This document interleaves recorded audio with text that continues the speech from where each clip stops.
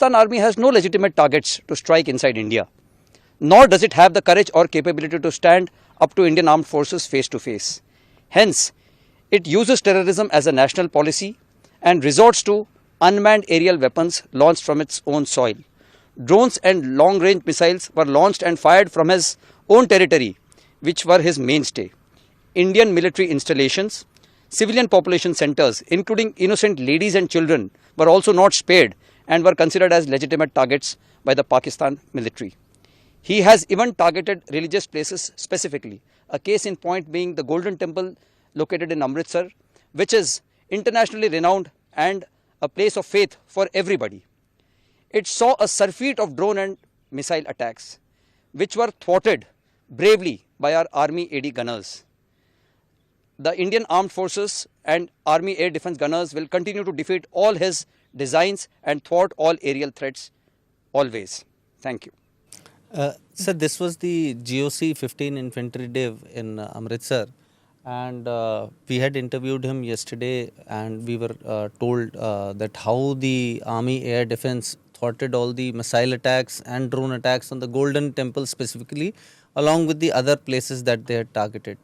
So this is a big feat, sir. Like you have been, like the Army Air Defence has been the main obstacle between Indian cities and important places, and the Army Air Defence has thwarted all the major attacks that took place on our cities. So, well, it's very interesting that you bring this out as what has happened yesterday.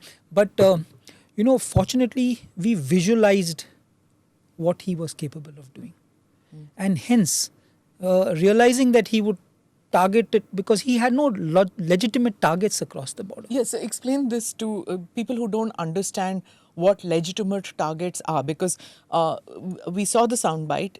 India at this stage, the legitimate targets were the terror bases. Yeah. So what does legitimate target for Pakistan mean? So he had no legitimate targets. So in order for him to, he was more interested in creating confusion, chaos internally, and hence we visualized that he would target our civil population and our religious places of fame. And hence it is very nice, while only Karthik Shashadri has only covered one part of the story, it was very nice that the head Granthi of the Golden Temple allowed us to deploy our guns. And it is possibly for the first time in maybe many, many years where they switched off the Golden Temple lights for the first time, so that we could see the drone coming. I think that's what, the Golden Temple hierarchy realized there was possibly a threat when it was explained to them. They allowed us to deploy guns to secure to protect a national monument of international fame, which is visited by so many hundreds and thousands of people every day. And hence these guns were deployed and the Golden Temple lights were switched off so that we could clearly visualize the drones as they were coming in. And that gave us a greater clarity in the sky, because as and when you saw the light, you knew what to engage. So also we've come, like you're saying, that the lights were switched off by the Granthis and by the management of the Golden Temple. We've come a long way since 1984, and all that propaganda that the so-called Khalistanis do outside of India, because in India nobody believes it, but outside of India about our Sikh places of worship. Look at the faith they have in the Indian Armed Forces and how they stood cheek by jowl and as one team to defend the Harmandir Sahib. Yeah. It's amazing to know that, in all our border towns, not to take it away from the rest of India, but in our border towns, retired ex-servicemen from Punjab, Haryana, parts of Jammu, they were prepared to come out of retirement and they were saying, what can we do to help? I think that's huge. I mean, if you got the local population on your side, I mean, wanting to fight side by side with you with whatever capability they had, and some of them were well retired. And we had 80 gunners coming in like this, that what can we do to help you? I think it only tells you that whether it's Punjab or it's Haryana or Jammu and Kashmir or any other parts of India, this actually rallied a lot of patriotism, especially among our ex-servicemen fraternity from the border states. Right. I think it speaks volumes about our national character. Also, the first aid, one, I need to know about the air defense mechanisms which were used in and around that area. One, that. And the second is our attack out there in just 23 minutes, how we managed to get our targets on the first day. You're talking with respect specific to? So this When was, we targeted the terror bases, it was finished, the attack was finished in 23 days. Then when they responded, our air defense mechanisms, how we stopped both.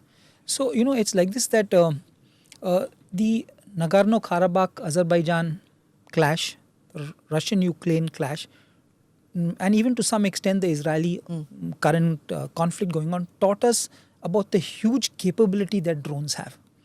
And, we realized that Pakistan, by virtue of its back-end support from Turkey and maybe a northern adversary as well, had a plethora of drones.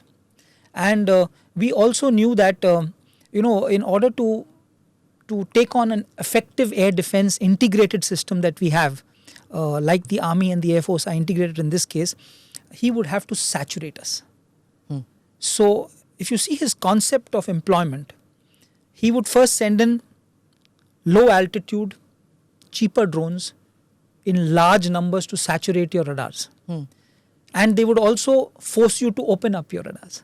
So I think it's very important that the army looked at, not emitting, so that we didn't give out our positions.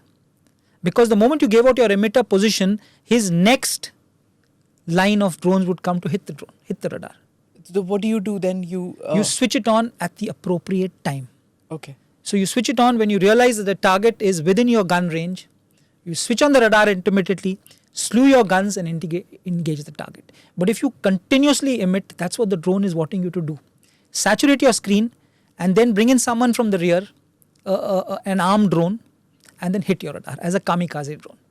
So I think that the training that we did, actually we anticipated this, and you won't believe that about maybe on the 26th, 27th and 28th, we did a simulation exercise at the behest of our army chief in the border areas, where we simulated drone attacks on the weapon system. So sir, April 26th, 27th, you carried out an exercise of a drone attack from Pakistan. Yeah, it was not from the border, but it was internal, on the border. Okay. But we actually wanted our gunners and our operators to actually hone their skill and see how do you detect.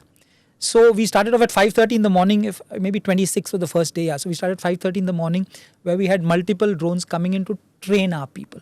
So that, because if you have a saturation raid, and how do you react, and how do you not switch on your radar till as late as possible? And how does this information go laterally to people?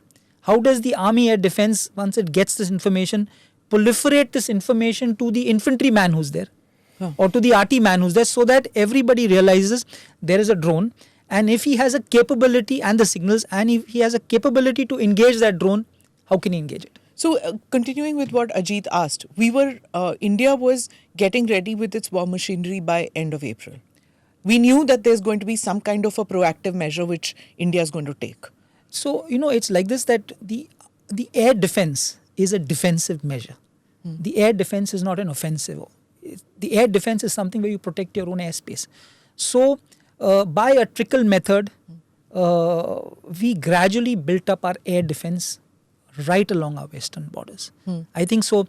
That's how we actually, got the troops familiar with terrain, because we initially deployed not on a VAVP centric mission that we normally do. What does that mean? So what happens is that normally all air defense resources, because ours is a big border, we have about 3,500 border with Pakistan. So you can't have air defense right through.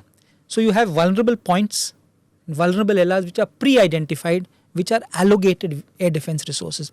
Like if you have an ammunition dump, or you have an airfield, or you have a logistic base, or you have even some population centers, or you have a temple like the Golden Temple. So you predetermine where you want to put these. Now some of these could be at the border, some of these could be 50 kilometers, some of them could be in the rear areas of the tactical battle area. So what we did initially is we pushed up as much guns as far forward as possible, because we realized that the efficacy of the guns is the most important against drones. Okay.